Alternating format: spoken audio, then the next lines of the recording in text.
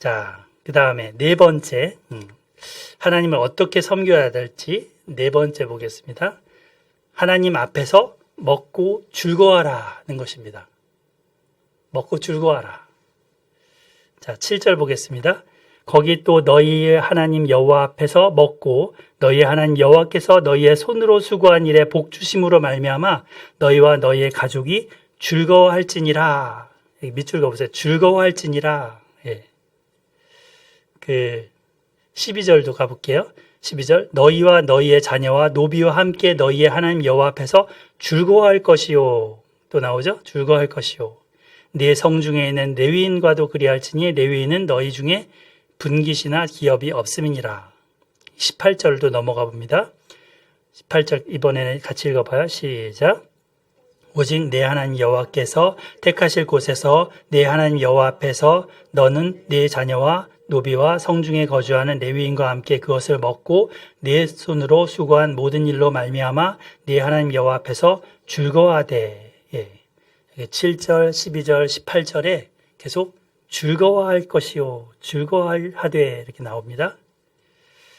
이스라엘 백성은 이제 약속의 땅에서 손으로 수고를 할 건데 농사를 지으면 결실이 생기죠. 밀도 거두고 보리도 거두고 또 나무에서는 포도, 석류, 무화과, 대추야자 이런 열매들을 거둡니다.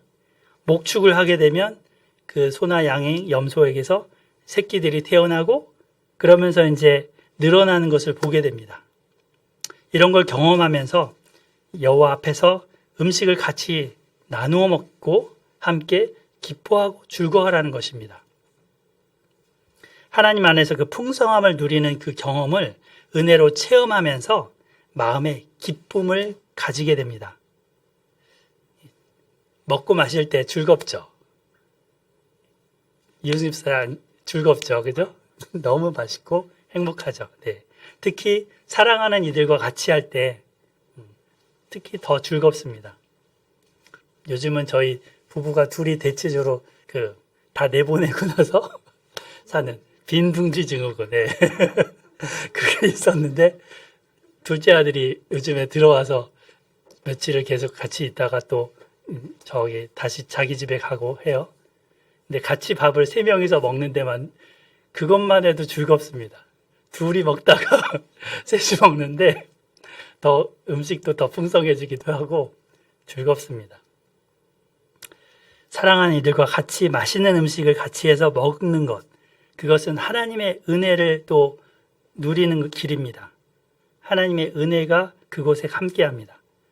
우리 교회는 함께 예배 끝나고 나서 간식을 먹는 타임이 있습니다. 그죠? 서인자매님 즐겁죠? 그 시간. 별로? 네. 그래서 그거를 이제 초대교회 때는 애찬이라고 그랬어요. 애찬. 그래서 같이 그 교회 성도들이 나눠 먹는 거. 어떤 사람 각자 집에서 조금씩 싸왔었나 봐요. 초대교회 때는. 그래서 그거를 같이 나눠 먹고 하나님의 은혜를 나누고 했습니다. 성찬식도 사실은 이런 같이 먹고 마시면서 즐거워하는 시간인 거죠. 예수님의 살과 피를 우리가 심각하게 그래 나를 위해서 죽으셨어 하면서 눈물 짜면서 심각하게 받을 수도 있지만 기쁘게 너무 감사해서 기쁘게 받을 수도 있는 겁니다. 그래서 이 식탁은 마지막 날 요한계시록을 보면 어린 양의 혼인잔치가 나와요. 그것의 그림자입니다. 그것을 미리 이 땅에서 경험해보는 시간입니다. 정말 하나님을 누리는 시간인 거죠. 전도서를 요즘에 이렇게 읽고 있는데요. 전도서에 이런 말씀이 나와요. 5장 18절 19절에 제가 여기 써놨죠. 5장 18절 19절 한번 펼쳐보겠습니다. 전도서 5장 욥시 잠전 이렇게 되죠. 18절 19절입니다.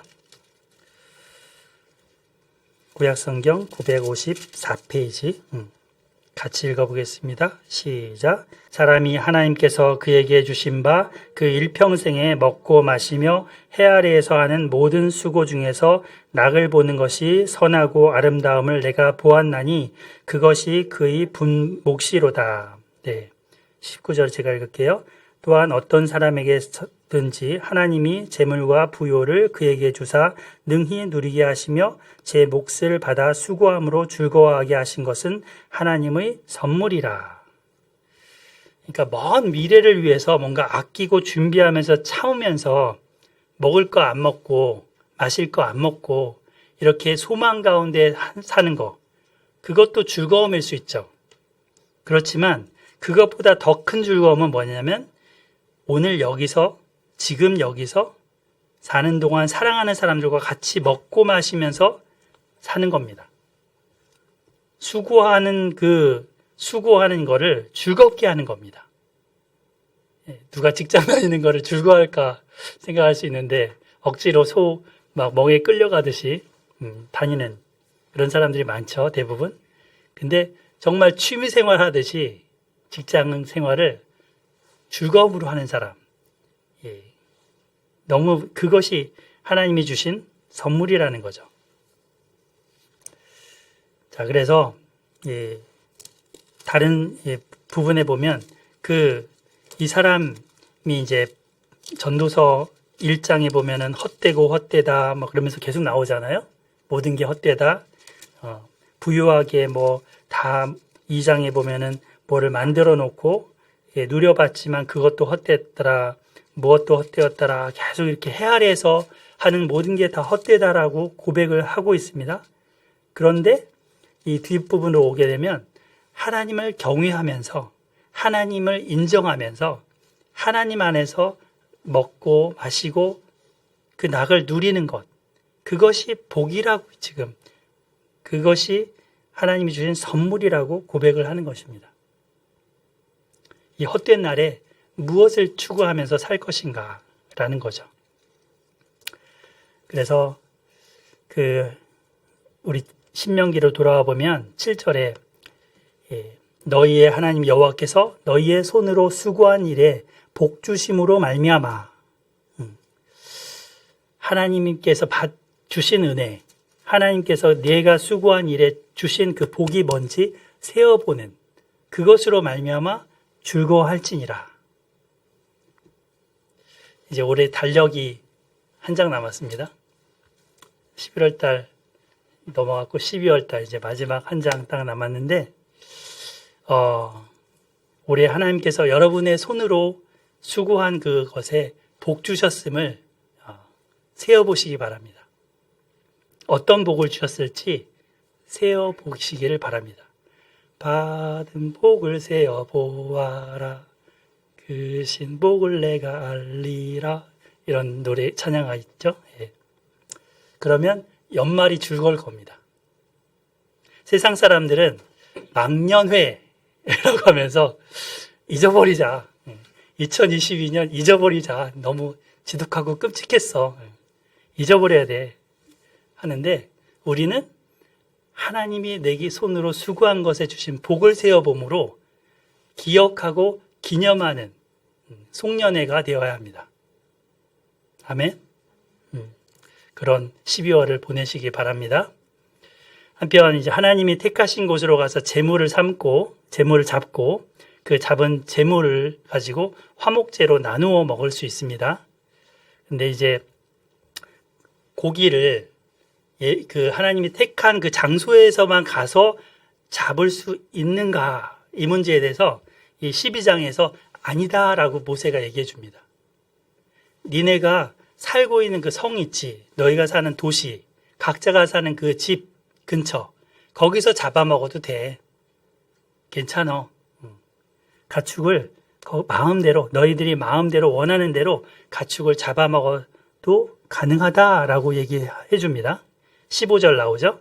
그러나 내 하나님 여호와께서 내게 주신 복을 따라 각 성에서 네 마음에 원하는 대로 가축을 잡아 그 고기를 먹을 수 있나니 곧 정한 자나 부정한 자를 막론하고 고 노루나 사슴을 먹는 것 같이 먹으려니와. 먹을 수 있다는 거죠.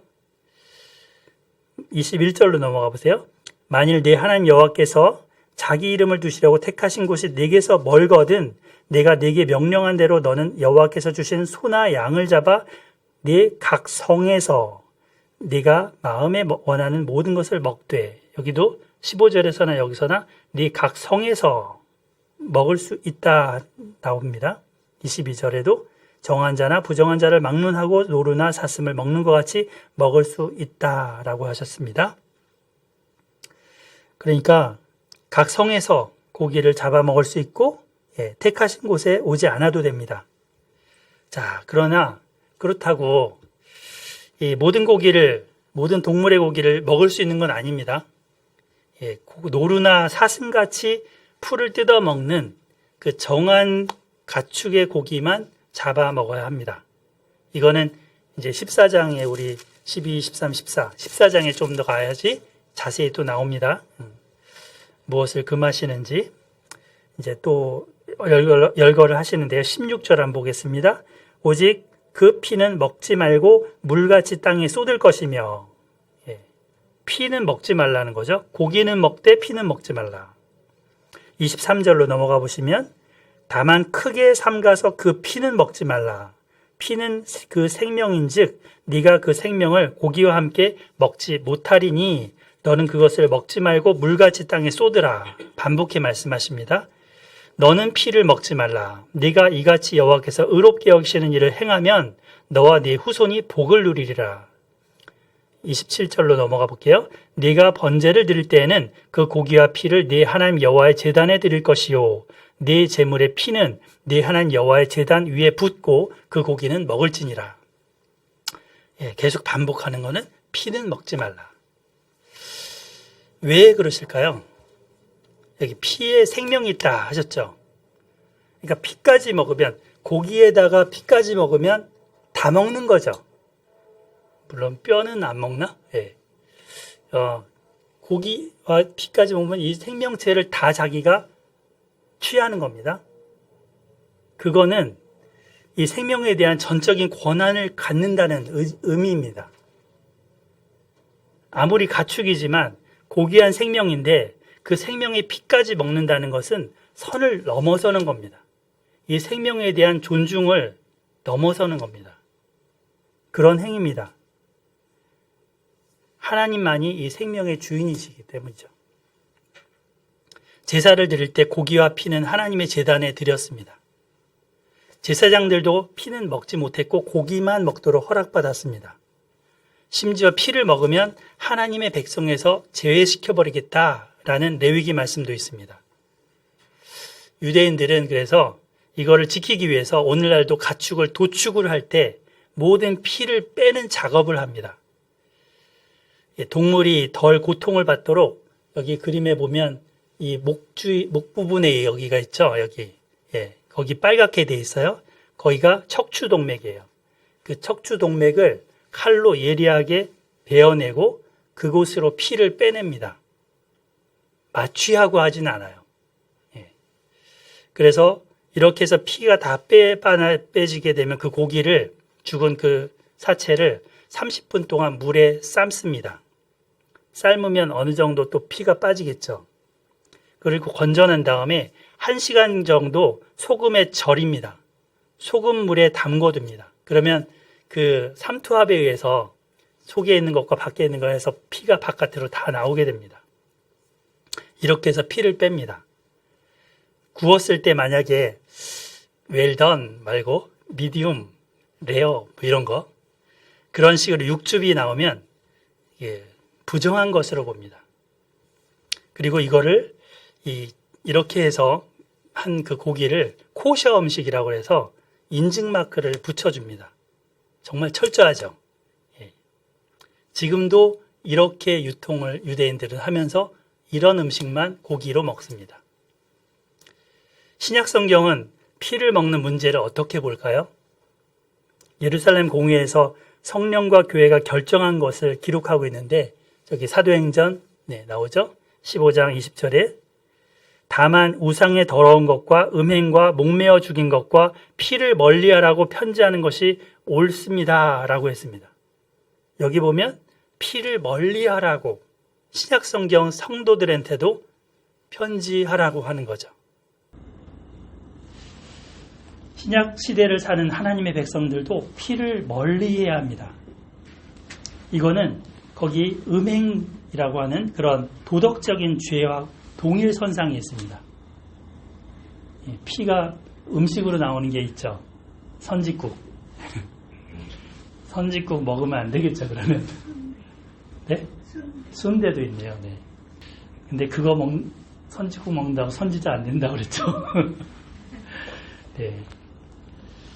그렇다고 우리가 이런 유대인들의 음식 습관이 코셔 음식을 따라해야 되느냐? 이거는 또 다른 문제입니다. 그죠? 살아있는 생물, 동물을 소중히 여기는 자세로 살아야 한다는 그 기본 원리를 우리는 따라야 합니다. 우리가 마셔야 할 피가 아니라는 거죠, 그거는. 근데 아이러니한 성경 본문이 또 하나 있습니다. 우리에게 피를 먹으라고 하는 본문이 있습니다. 그죠? 요한복음 6장에 내 피는 참된 음료요, 내 살은 참된 양식이다. 예수님이 유대인들한테 이렇게 말씀을 했습니다. 피를 먹지 말라는 거를 수천 년 동안 각인되면서 들었던 유대인들한테 피를 마셔 하는 거예요. 얼마나 쇼킹했을까요, 유대인들이. 아니, 우리를 무슨 식인종으로 하나?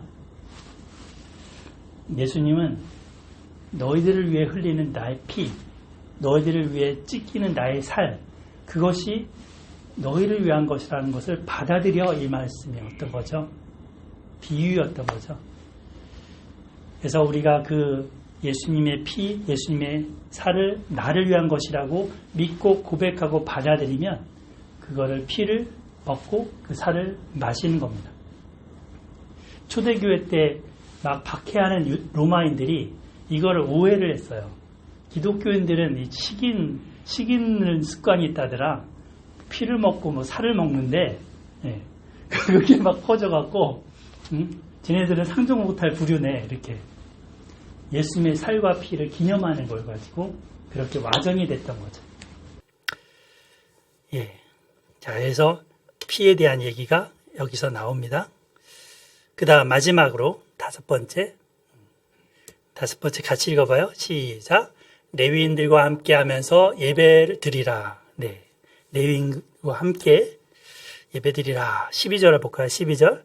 너희와 너희 자녀와 노비와 함께 너희의 하나님 여호와 앞에서 즐거워할 것이요 너희 성중에 있는 레위인과도 그리할지니 레위인은 너희 중에 분깃이나 기업이 없음이니라 라고 했습니다.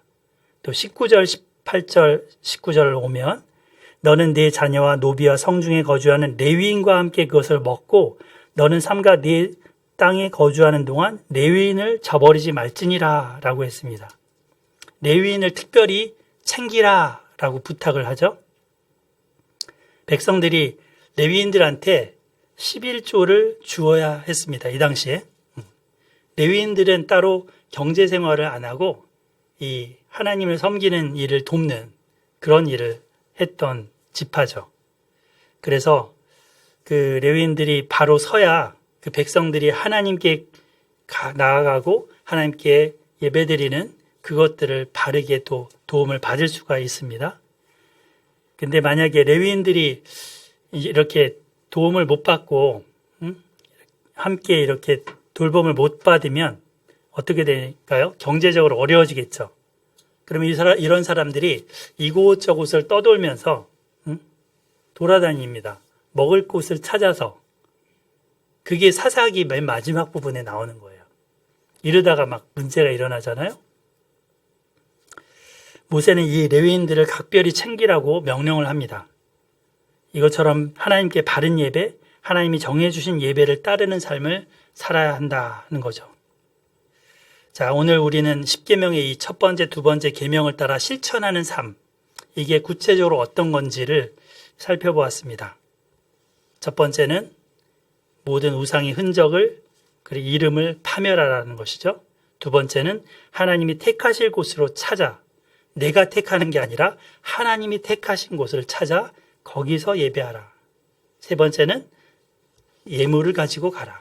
빈손으로 가지 말고 예물을 드려봐라라는 거죠. 네 번째, 하나님 앞에서 함께 먹고 즐거워하라. 마지막으로 레위인과 함께 하면서 예배드리라 하셨습니다. 하나님을 바르게 예배하는 삶을 살면 하나님께서 어떻게 해주신다고 합니까? 마지막 부분이죠. 28절, 내가 네게 명령하는 이 모든 말을 너는 듣고 지키라. 네 하나님 여호와의 목전에 선과 의를 행하면 너와 네 후손에게 영구히 복이 있으리라. 하나님께서 영구히 복을 주신대요. 자손들도 복을 받는다고 합니다. 그래서 그들이 가나안에 들어가자마자 가장 첫 번째 해야 될 것은 이겁니다. 12장에 이거. 이방 신들의 이름과 흔적을 지우는 거예요. 그리고 하나님께 예물을 가지고 와서 그분이 택하신 곳으로 찾아가는 겁니다. 그 당시 이방 신들의 그 예배 형태는 어떤 것까지 나아가냐면 자기 자식을 불에다가 던져서 인신제사까지 드리는 제사가 있었습니다.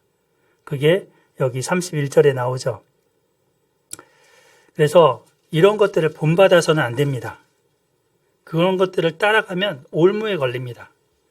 그들이 진멸시킨 민족들처럼 그들 자신도 진멸당할 것입니다. 하나님이 택하실 곳에서 하나님께 바른 예배를 드리는 백성이 되어야 합니다. 하나님께서 그 이름을 두신 곳, 하나님이 임재하시는 곳에서 하나님께서 그 백성을 만나기를 원하십니다. 말씀을 정리하겠습니다.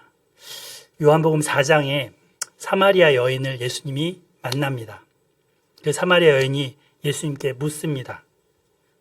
주님, 우리 조상들은 이 산에서 곧 이 그리심산에서 예배하였는데 당신들의 말은 예배할 곳이 예루살렘에 있다고 하더이다. 이 여인은 남편 문제가 있었지만 더 나아가 예배의 문제, 하나님을 만나는 그 문제에 관심이 있었습니다. 그래서 그거를 물어봅니다. 예배의 장소가 어디여야 합니까? 어디서 우리는 예배를 하는 게 맞나요? 이때 예수님은 그녀에게 대답하십니다. 장소에 대한 답변이 아닙니다. 여자여, 내 말을 믿으라. 이 산에서도 말고 예루살렘에서도 말고 그리심산에서도 말고 예루살렘에서도 말고 너희가 아버지께 예배할 장소가 있느니라 이래야지 말이 될 것 같은데 예배할 때가 이르리라 이러십니다. 장소가 중요한 게 아니고 때가 이르리라. 아버지께 참되게 예배하는 자들은 영과 진리로 예배할 때가 오는데 곧 이때다. 예수님이 오신 바로 이때부터 아버지를 만나는 때가 왔다는 거죠.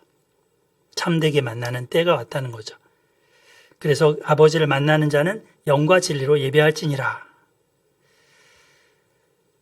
오늘 우리 신명기 12장에서 우리는 예배라는 그 행위 자체, 예배드리는 장소의 그 정확한 위치가 어딘지 그게 중요한 게 아니라 누구를 예배할 것인가 중요하다. 누가 정해주신 곳인지가 중요하다. 이런 것을 배웠습니다.